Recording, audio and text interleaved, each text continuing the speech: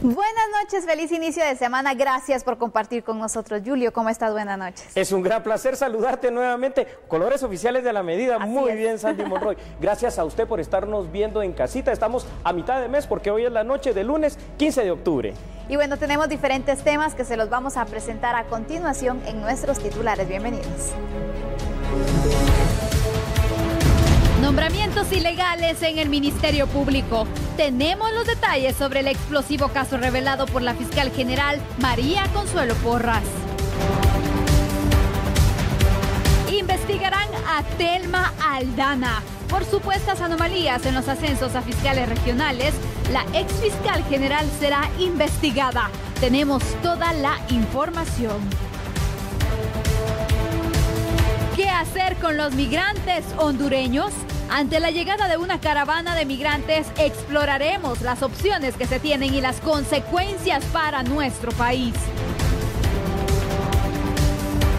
Tono Coro con medida sustitutiva. El exalcalde de Santa Catarina Pinula deberá cancelar una fianza de 1 millón de quetzales para evitar la prisión preventiva.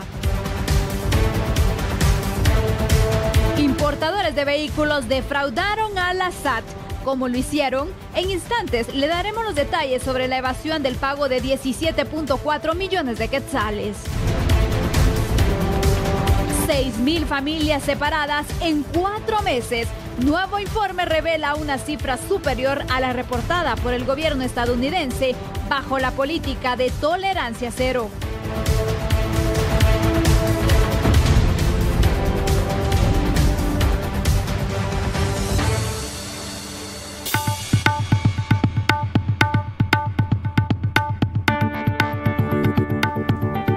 Con el primer tema de análisis. En conferencia de prensa, la fiscal general del Ministerio Público, María Consuelo Porras, anunció que los ascensos que se habían realizado durante la gestión de Telma Aldana en el Ministerio Público quedarán nulos por diversas irregularidades que han encontrado.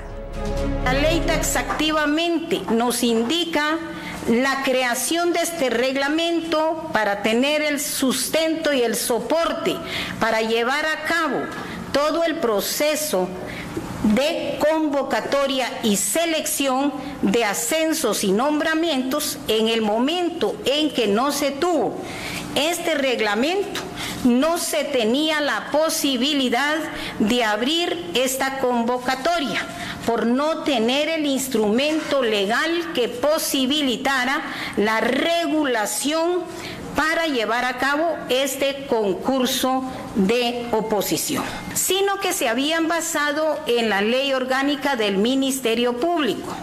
Situación que tampoco sucedió así, por cuanto que claramente el artículo 79 de la ley orgánica del Ministerio Público establece todos los parámetros que se deben de cumplir para llevar a cabo verdaderamente este concurso de convocatoria. Se incumplió también lo establecido en el artículo 79 de la Ley Orgánica del Ministerio Público. ¿Por qué razón? Porque claramente dice el artículo: el proceso de oposición para ingreso y ascenso en la carrera fiscal comprenderá las siguientes etapas. Precalificación: reunir los requisitos legales exigidos para el cargo y no tener causal de incompatibilidad. No se pudo establecer este extremo por cuanto que no se tenía reglamento. Luego dice el concurso de oposición. El concurso de oposición se realizará respetando las siguientes etapas. Un examen de mérito. La unidad de capacitación calificará el mérito del aspirante evaluando sus antecedentes profesionales de acuerdo a la tabla fijada en el reglamento. ¿Sobre la base de qué podía hacer esta ponderación de calificación de méritos si no existía el reglamento que normara esta tabla que podía servirle de base para la ponderación correspondiente? Luego dice, Prueba escrita de conocimiento. Se realizará una prueba escrita de conocimiento que será elaborada y calificada por la unidad de capacitación. La prueba deberá realizarse de tal manera que la persona que la califique ignore la identidad del examen. Situación que también se observó, la conformación de las ternas que se hicieron entre pares. Entre las personas que estaban como aspirantes se calificaron entre ellas mismas. La prueba oral de conocimiento.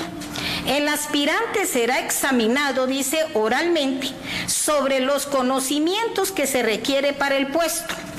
El reglamento determinará realizar la prueba oral. La prueba oral será público. Tampoco estaban frente a la posibilidad de llevar a cabo esta prueba oral de conocimiento por cuanto que no tenían el soporte legal por la inexistencia del reglamento correspondiente. El fiscal general elaborará los reglamentos correspondientes dentro de los 90 días siguientes a la vigencia de esta ley. Antes del proceso de convocatoria no se llevó a cabo la elaboración de este reglamento que por mandato de ley se debió haber realizado. A consideración del equipo que analizó este proceso, se adecúa a lo establecido en el segundo párrafo del artículo 22 del Reglamento Interior de Trabajo del Ministerio Público, que establece nulidad de nombramientos o rescisión del contrato. Asimismo, es nulo cualquier nombramiento que se haga en contravención a lo establecido en este reglamento y en cualquier disposición vigente. Ante estas anomalías, la fiscal no descarta una investigación en contra de la exfiscal Telma Aldana. Se va a iniciar por parte del Ministerio Público una investigación para saber si hubo una responsabilidad legal de la exfiscal general Telma Aldana por estos nombramientos y la convocatoria. Se va a iniciar. Es decir, que todo esto es el tema de soporte para poder iniciar la investigación. Bueno, ya escuchó usted a la fiscal general Consuelo Porras, un tema bastante complicado. El artículo 75 de la ley del Ministerio Público reza lo siguiente: carrera del Ministerio Público. Nos referimos a la carrera fiscal, obviamente. Los nombramientos se realizarán previo concurso de aspirantes que tendrán en cuenta varios aspectos. Ya escuchó usted cómo lo detallaba la fiscal general Consuelo Porras. Pero dentro de las cosas que no se hicieron para estos nombramientos de fiscales distritales fue esa cita a la audiencia de oposición oral y pública, lo cual ya per se es bastante dramático, el hecho de no respetar los plazos. Tampoco se cumplió con evaluar al aspirante sobre los aspectos vinculados a los principios constitucionales y legislación vigente, so pretexto de que ya tenían mucha experiencia de trabajo en el MP. Y dice también el artículo 75 que este concurso va a ser abierto para cualquier aspirante. Esos son requisitos mínimos establecidos en la ley. Recordemos que toda ley tiene un reglamento, el reglamento todavía lo detalla aún más. Ahora, la situación es que estos nombramientos, como ustedes recordarán, se hicieron pocos días antes, llamémoslo así, de que la anterior fiscal general Telma Aldana entregara el cargo, y todavía aquí en A la Medida hicimos un breve análisis de eso, que realmente no considerábamos que fuera lo más prudente. Primero por el tiempo, no sabíamos de la forma en que se había hecho el nombramiento, porque hubiera sido mejor diferente, pero hoy nos enteramos que los nombramientos pues sobrepasaron lo que se puede hacer en la ley, y eso no se puede hacer literalmente. Por supuesto. ¿Y cómo puede afectar, Julio, el tema que se haga este tipo de nombramientos en las fiscalías, por ejemplo, regionales, que son tan importantes en el país? Yo creo que afecta en demasía, porque primero, al final de cuentas, lo que termina generando acá los nombramientos precipitados de Telma Aldana es poner en jaque a la propia institución, ¿no? Que yo entiendo quería fortalecer, porque con estos nombramientos fuera de ley, entonces se revocan ahora en este instante. Y el trabajo de las fiscalías igual va a continuar, porque tampoco, aquí tenemos que ser muy claros. Es cierto que el MP con esto va a tener un retroceso, que se va a venir abajo. No, si estamos viendo que están logrando primero ya llegar a las fases finales de sus casos, llegar al juicio oral y público, hacer capturas como la que hemos visto en los últimos días, no solo con Tono Coro, sino que con la Corporación Municipal de Quetzaltenango, pero por supuesto que esto no es lo ideal. Entonces, bajo esos conceptos es que también, sin casi mencionar el nombre, lo que dice la fiscal general Consuelo Porras es que se va a iniciar en todo caso una pues investigación de por qué lo hizo así la anterior fiscal general. Ahora, esto no está sacado de la manga, ella nombró una comisión. Así es. ¿Me permites que veamos más información para el análisis, Sandy? Así es. Porque esto es muy importante. Ahora bien, como ustedes pueden darse cuenta de algo dramático. Para empezar, los nombramientos anulados fueron 8, habían 8 plazas para poder, 8 posibilidades para poder hacer nombramientos y se nombró a 9 personas, ya desde ahí empezáramos mal. Se obviaron los requisitos detallados en la entrevista que se le hizo a la fiscal general que usted escuchó en esta conferencia de prensa. La forma entonces en que fueron ascendidos al obviar estos requisitos es una forma ilegal, simple y sencillamente, aquí no hay para dónde. Y esto es grave tratándose del Ministerio Público en función de que son abogados todos de larga carrera. Entonces la fiscal general revierte en este momento y de esa forma la decisión tomada por Telma Aldana. Y aquí es donde tenemos que ser muy serios en el análisis. Yo he escuchado, mira Sandy, tantas cosas durante el día de hoy como que esto es un retroceso dentro de los logros que se ha tenido en el MP. El retroceso... Al contrario, yo creo que al final entonces si se busca fortalecer la institución, si se busca también el tema de la carrera del Ministerio Público, pues entonces esto creo que sí va en contra de lo que se estaba buscando al final, porque obviamente no se respetan los procesos de un ente que debe garantizar la fiscalización. Eso es, eso lo que tú dijiste, la clave. El retroceso se dio desde el momento en que los procedimientos para el nombramiento de estas 9 personas se hicieron violentando la propia ley del Ministerio Público. Esa fue la parte débil, que eso es lo que tenemos nosotros que entender al final de cuentas. ¿Qué mensaje se deja con estos nombramientos que se hicieron de forma irregular? Bueno, yo creo que el mensaje es para nada positivo, porque si tú eres... las últimas 3 fiscales generales han sido mujeres, por eso si tú eres la máxima representante, ¿verdad?, de la institución que está encargada de no solo de la persecución penal, sino que de velar porque las leyes al final de cuentas se cumplan en nuestro país, y saltas tu propia ley orgánica del Ministerio Público para hacer nombramientos que no es que estén mal, porque no se está cuestionando en que estén bien o estén mal en cuanto a las personas. Pueden ser personas que hayan tenido muchísima experiencia, fiscales de carrera, pero que se les hizo un daño con esos nombramientos a ellos, a la institución en todo caso, por haberlos hecho por encima de la ley, por encima del reglamento. Entonces, en lugar de fortalecer la institución, lo que haces es debilitarla.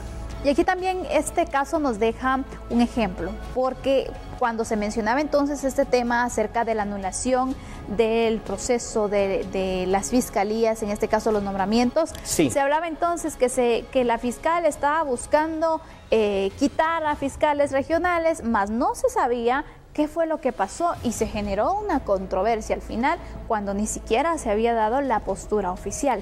Eso es correcto, Sandy. Ahora, creo que con lo que tú dices también vale la pena resaltar algo que ya hicimos mención acá hace breves minutos. El hecho de que la fiscal general tampoco lo está haciendo, me refiero a Consuelo Porras, haciendo porque a ella se le ocurrió. Ella dijo en esta conferencia de prensa que recibió, imagínate tú, denuncias verbales y escritas primero del Sindicato de Trabajadores del Ministerio Público, o sea que de ahí mismo dijeron, mire fiscal general, aquí hubieron nombramientos irregulares, luego de trabajadores administrativos y de otros que están como fiscales también dentro de la institución, y entonces ella crea una comisión donde está recursos humanos, donde hay un asesor de ella y donde está la parte de la asesoría jurídica del MP, y se determina precisamente todo esto que ella logró explicar en este instante. Con lo cual, volvemos a recalcar lo siguiente, este fue un gravísimo error del exfiscal Telma Aldana, porque lo que hizo aquí fue debilitar la institución. Y bueno, vamos a concluir con el tema, Julio, hacer una pausa más que todo, vamos a seguir con el tema, pero tenemos que realizar un corte comercial. En el siguiente bloque estaremos dándole seguimiento entonces a qué acciones se pueden venir derivado de estos y otros señalamientos. Ya volvemos. Somos a la medida.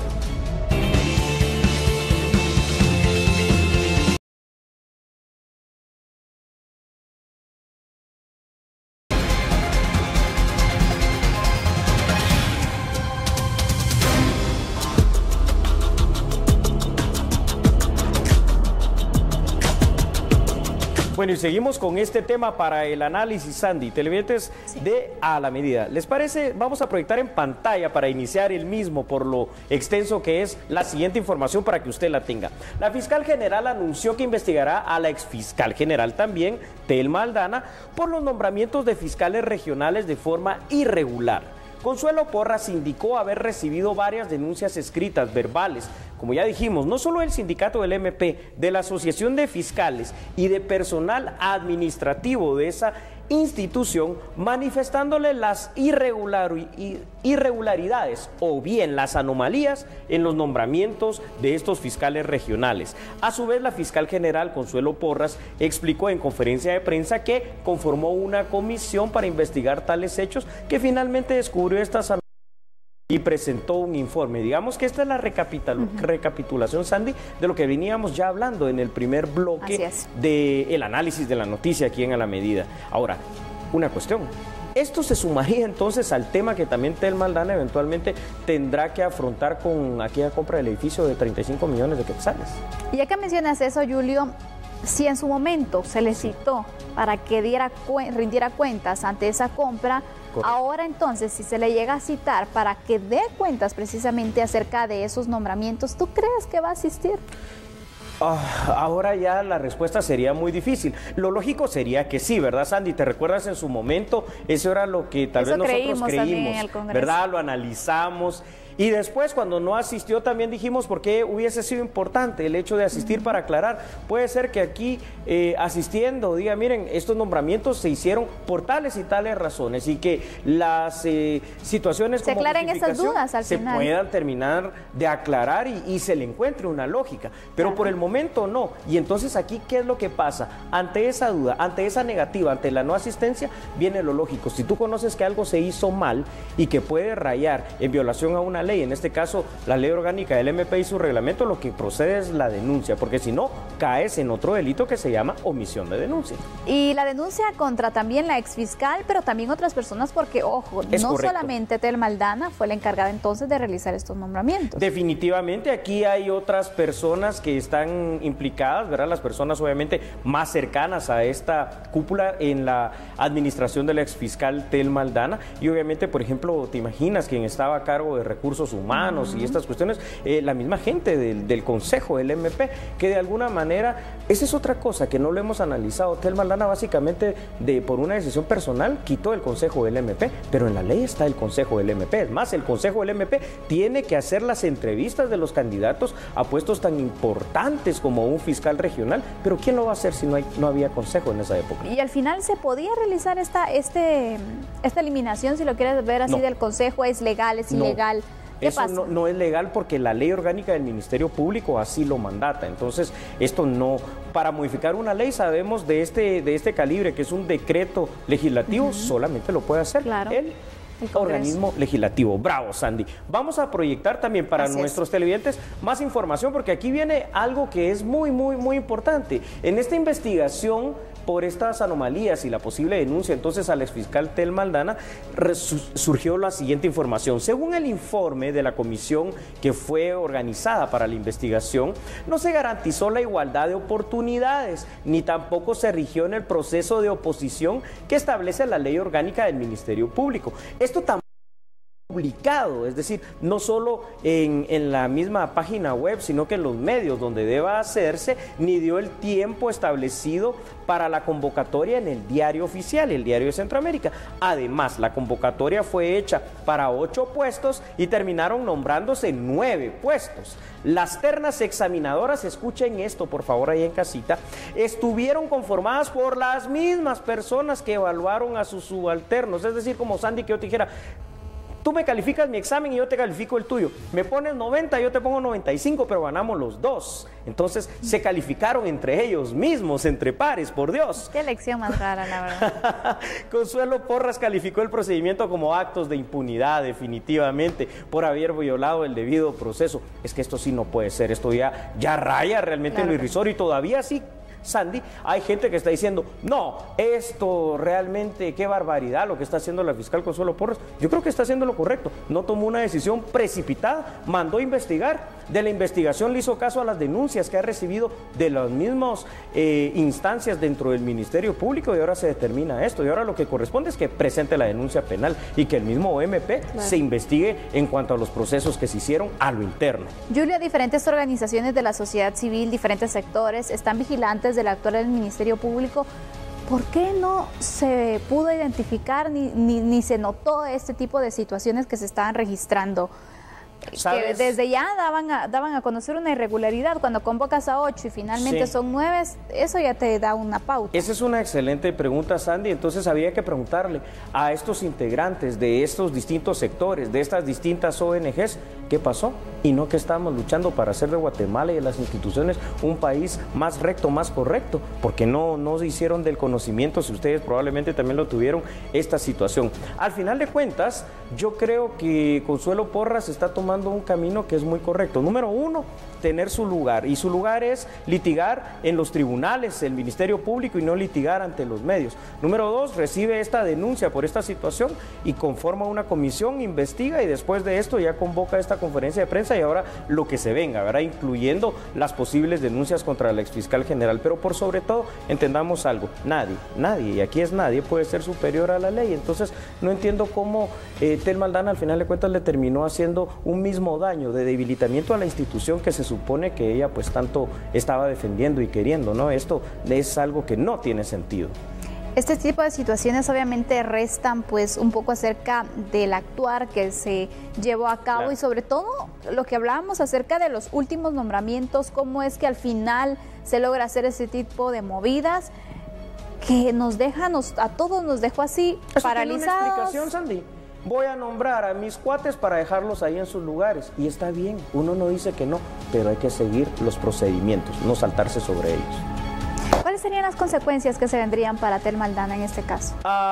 Bueno, habrá que ver en lo penal si existe fuera del hecho de algún otro delito que sea más grave, por ejemplo, un abuso de autoridad en el ejercicio de su función, alguna situación... ¿Incumplimiento de deber? Un incumplimiento probable de deber. Habrá que ver qué es la denuncia y qué es lo que se deduce de la investigación propia del Ministerio Público. Algo que llama la atención, Sandy, es que también es a instancias de denuncias de instancias internas del MP, la Asociación de Fiscales y el mismo sindicato. Quiere decir que ellos están bastante conscientes ahí a lo interno.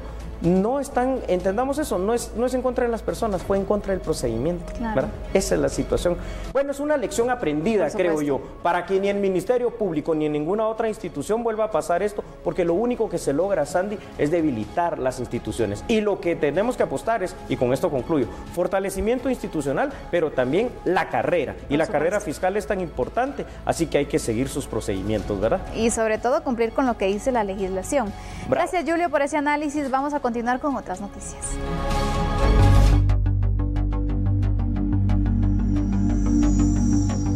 Ahora pasamos a las noticias judiciales. El juez sexto de lo penal, Carlos Toledo, benefició al exalcalde de Santa Catarina Pinula, Antonio Coro, con una medida sustitutiva. Debe cancelar una fianza de 1 millón de quetzales para evitar así la prisión preventiva.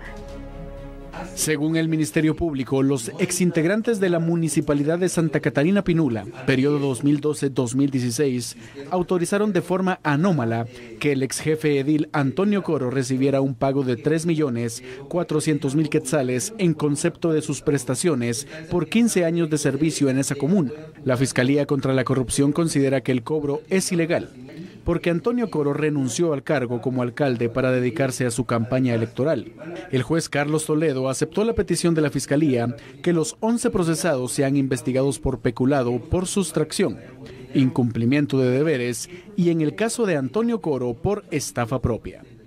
Los 11 procesados fueron beneficiados con arrestos domiciliarios, cancelando fianzas de 25.000 a 1 millón de quetzales. La máxima fianza fue interpuesta para el exfuncionario municipal Antonio Coro. Debe cancelar en la tesorería del organismo judicial 1 millón de quetzales para evitar estar en prisión preventiva, mientras el Ministerio Público realiza la investigación correspondiente. Y continuando en el ámbito judicial, el juez Pedro Laínez suspendió en la mega sala de audiencia la continuación de la primera declaración del caso llamado Negociaciones del Registro de Información Catastral. Aquí en A la Medida tenemos la información. En este nuevo proceso penal en contra de la ex vicepresidenta Roxana Valdetti, la exdiputada Daniela Beltranena, la exdirectora de Registro de Información Catastral Emilia Guadalupe Ayuso y otras personas, el Ministerio Público los acusó por la malversación de 4 millones de quetzales a través de la creación de plazas fantasmas. La procesada Emilia Guadalupe Ayuso de León le pidió al juez ordenarle al sistema penitenciario trasladarla a un centro asistencial por quebrantos de salud. Suspendí el medicamento porque ya no puedo, yo pienso que me estoy dañando mi hígado de tanto medicamento que me está dejando el médico de medicina general y que no es un especialista para que me vea el problema porque no he mejorado nada. Entonces le quiero solicitar por favor que si usted puede girar las instrucciones para que al sistema penitenciario para que me puedan trasladar al San Juan de Dios o al Hospital Roosevelt. El juzgador Pedro Laínez le respondió que en ese momento no podía ordenar algo al sistema carcelario porque según el último informe médico, la salud de Ayuso de León es estable. Los traslados para centros hospitalarios deben estar autorizados primero por el INASIF y también por el Ministerio Público.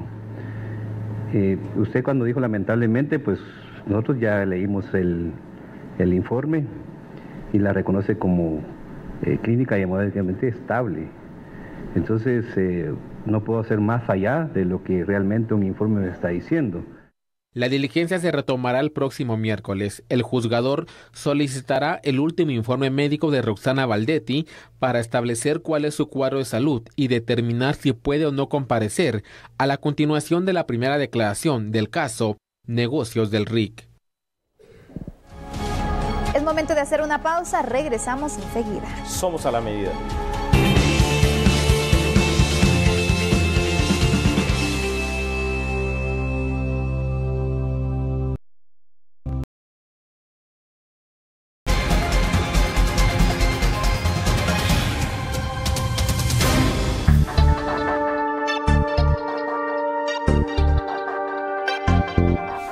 Una de las noticias que marcó el fin de semana y que sigue provocando polémicas a nivel internacional, hay que decirlo, es la caravana masiva de migrantes hondureños cuyo objetivo principal es viajar al norte del continente americano en busca de mejores condiciones y también huyendo de la violencia.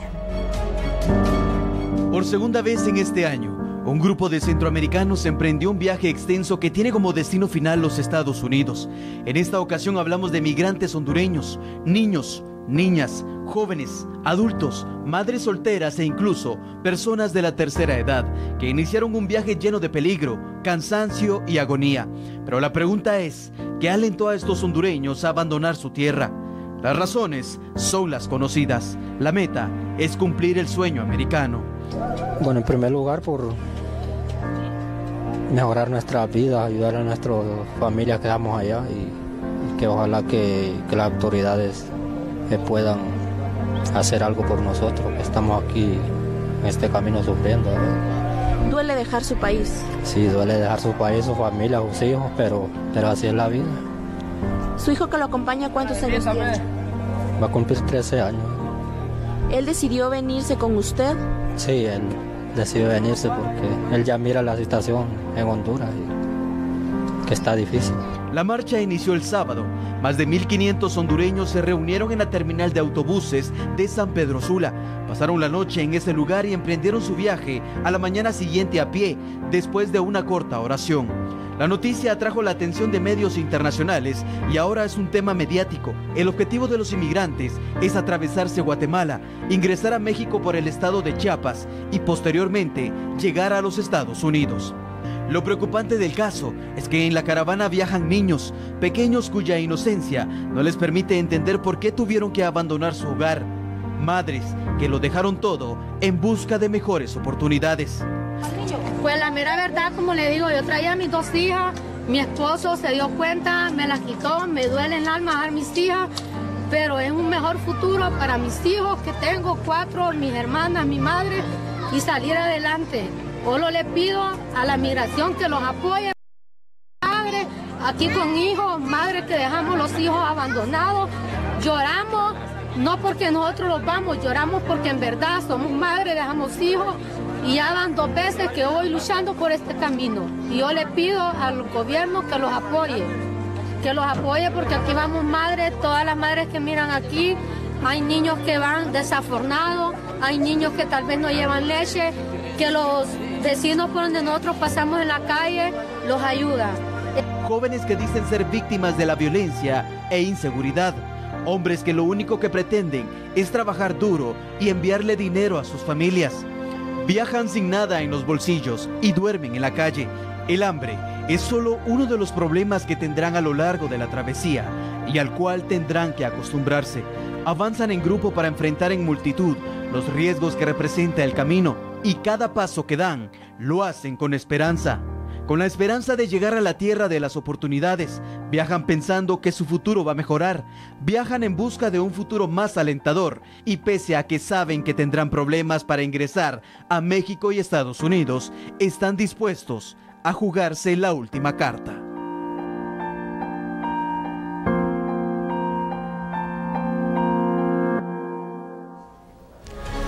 A ver, esto se puede constituir verdaderamente en una gran crisis humanitaria. Hablemos primero del Convenio Centroamericano de Libre Modalidad. ¿Cuál es ese, dice usted? Usted lo conoce allá en casita como el famoso CA4. Este convenio está vigente desde julio del año 2006 y permite a los habitantes de los países de Guatemala, El Salvador, Honduras y Nicaragua la libre movilidad entre ellos, únicamente presentándose con su documento de identificación personal. Sin embargo, este convenio también tiene una limitante, el CA4, y esa limitante va relacionada a los menores de edad. Dice que los menores de edad deben ser identificados sí o sí con pasaporte. Esto para evitar un fenómeno criminal como lo es la trata de personas, en este caso para la modalidad de los niños. Partiendo de esta base, entonces ahora tenemos algo que puede primero parecer una situación realmente dramática, Sandy, que salgan 2.000, 2.500 hondureños en esta caravana. Ojo, eso es dramático y de verdad que pobre gente, ¿no? Ahora, aquí hay varias situaciones. Número 1, ¿por qué salen en grupo? ¿Alguien les habrá ofrecido que de verdad van a poder pasar y que van a llegar con éxito a Estados Unidos? 2, llevan muchos de ellos menores de edad y hasta niños en brazos. 3, hay un comunicado ya oficial del gobierno estadounidense que dice, no los vamos a dejar entrar. ¿Y desde México también? En México también, y el pronunciamiento del Instituto de Migración guatemalteco que dice, bueno, solamente los que cumplan con los requisitos de ley. Hoy están los migrantes prácticamente en algunos albergues de la ciudad de Esquipulas, en Chiquimula. Pero ¿qué va a pasar cuando dentro de 2, 3, 4, 5 días lleguen a México y no los dejen pasar? ¿Van a regresar a Honduras o se van a quedar aquí en Guatemala? Esa es una de las incertidumbres que se tienen, Julio, porque al final entonces ellos han indicado, están huyendo de la pobreza, de la violencia que se está registrando en Honduras, pero aparte de ello, no se ponen a pensar entonces, ¿qué de diferente existe la causa que ellos están siguiendo?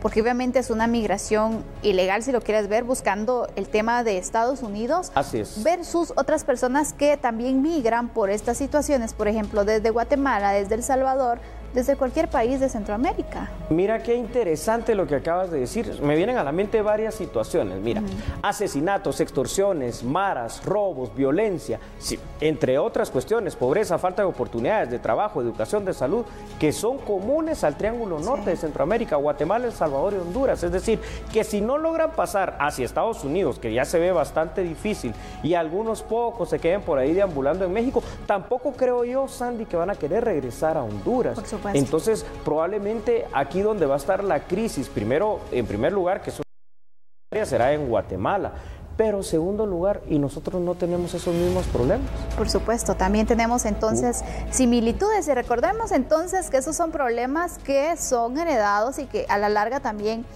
se tienen en toda la región centroamericana. Así es. Y entonces esto también, Julio, te pregunto, ¿no podría motivar a otros países a hacer lo mismo? ¿Sabes cuál es el gran problema? Lo que tú dices ahorita, es decir, nosotros entendemos ante una crisis humanitaria, ante mejorar las condiciones de vida para ti y tu familia, está bien, ¿no? Y las medidas desesperadas también. Las medidas desesperadas, ya no es un derecho. Estar así. Y está bien, ¿no? Que migren, pero Si ahorita pasan estas personas, este puede convertirse entonces, como tú decías, en un incentivo para que en la otra semana salgan otros 2,000 y la otra semana ya van a ser 5,000 y después los que de verdad ya no logren pasar quedan aquí en Guatemala y si no encuentran las condiciones de vida adecuadas, de trabajo, de oportunidad que no tenían en su país y aquí tampoco las encuentran, esto no incentivará, incrementará actos de violencia o algunos problemas más en salud, en educación, no sé, es que la verdad puede ser una situación muy delicada. Y es complicado al final quedarte en un país donde, por ejemplo, nuestro país enfrenta el tema del desempleo fuertemente, el tema de la violencia fuertemente. Entonces, al final, ¿cómo se quedan ellos? ¿Mejores condiciones? En el mejor de los casos, en condiciones similares como lo has planteado. Pero puede ser que el remedio termine siendo peor, ¿verdad?, que la enfermedad. Más información para el análisis de este tema tan delicado. Estamos viendo lo que podemos denominar que si no se trata bien se va a convertir en una grave crisis humanitaria centroamericana, donde chocan, en primer lugar, el derecho humano a la libre locomoción, que todos los tenemos, pero chocan contra los valladares legales, sobre todo con uno que es de todos conocido y aquí en A la Medida lo hemos hablado tanto, la política estadounidense de tolerancia cero ante la migración, sobre todo centroamericana, y de freno precisamente para que se llegue a ese país. Yo creo que acá es donde sería oportuno poder hacer y verificar si existen personas, líderes, yo no sé cómo llamarles, hondureños que incentivaron para que estas 2,000, 2,500 personas se arriesgaran a iniciar esta marcha así, prácticamente sin nada, bajo la falsa promesa de que de verdad se les va a recibir en Estados Unidos, porque entonces hay que hacerle entender a nuestros hermanos hondureños que esto es mentira, esto no es verdad, Estados Unidos no los va a recibir, ya lo dijo, ¿verdad? Y además, si no pueden ingresar a México, ¿qué van a hacer? ¿Regresarán a Honduras? ¿En qué condiciones? ¿Van a arriesgar su vida? ¿Están arriesgando la vida de sus pequeños y sus menores hijos? ¿O se quedarán en Guatemala? Y aquí, como ya dijimos, Sandy, les podremos dar las mejores atenciones que ellos también merecen como los ciudadanos guatemaltecos. No creo, es una crisis por donde lo veas. Julio, hace unos días que se daba la segunda conferencia del Plan para la Prosperidad, que se tocaba también el tema de la seguridad, la migración, obviamente. Así es. Se llamaba la atención por parte del gobierno de los Estados Unidos respecto a la migración, las oportunidades que se les dan a los ciudadanos por parte de cada mandatario, y ahí estaba también un representante de Honduras. Es cierto. Entonces, ¿cómo es posible que no se haya buscado la manera de evitar este tipo de migraciones y de garantizar mejores condiciones también a sus ciudadanos? Eso es por demás vital. ¿Qué pasó en Honduras? ¿Qué pasó con las autoridades hondureñas? ¿Por qué no están haciendo algo? Es más, es siempre el guatemalteco es tan noble, ¿verdad? Porque mira, hoy ante esa situación ya las personas en Esquipula les encontraron un albergue en un salón municipal. Allá el padre Mauro Berceletti, yo le escuché el día de hoy diciendo que ya tienen preparado el albergue de la Casa del Migrante en San Marcos. Pero la gran pregunta, y con eso nos vamos a quedar, es la que tú dijiste. ¿Qué pasó en Honduras? ¿Y su gobierno? Bueno, bien, gracias, ¿verdad? Concluimos entonces con este tema. Es momento de tratar otras noticias. Le hago una pregunta. ¿Cómo defraudaron a la SAT 1.153 importadores de vehículos? Esa es la cuestionante que se hace al respecto. Y es que después de varias investigaciones, el ente investigador a realizar la denuncia correspondiente ante el Ministerio Público. Hablamos de la SAT entonces, de esa fiscalización que se llevó a cabo, y esto fue lo que encontraron. Falsificación de documentos para reducir el valor de los vehículos, entre otros, fueron parte de las estrategias para defraudar al fisco por más de 17 millones de quetzales. Una de las 34 denuncias que se presentaron en estos meses, de julio a septiembre, la de vehículos propiamente fue una denuncia general donde se identificaron las declaraciones, donde de acuerdo al intercambio de información que se tiene, se determinó que utilizaron documentos falsos para subvaluar el costo del vehículo al momento de hacer la importación, y es ahí donde se hizo una denuncia que contiene toda esta información, y ya será el Ministerio Público que determinará las acciones a seguir. Dentro de estas 34 denuncias también hay un caso de Express Aéreo, precisamente también donde se detectó que querían ingresar mercancías y declararlas a la aduana, y en otros casos donde quisieron ingresar mercancías utilizando documentación falsa. Esto es parte de los controles que se han implementado en estas áreas en base al fortalecimiento de la gestión de riesgo que se tiene a nivel institucional, y eso es a lo que producto de los resultados que tenemos. Se estima que de los 1.777 vehículos detectados con irregularidades, los importadores evadieron por cada uno 9.777 quetzales en concepto del IVA y del impuesto específico a la primera matrícula de vehículos terrestres y prima. Cuando regresemos vamos a tener la información del ámbito internacional. Así que continúe con nosotros, ya volvemos. A la media.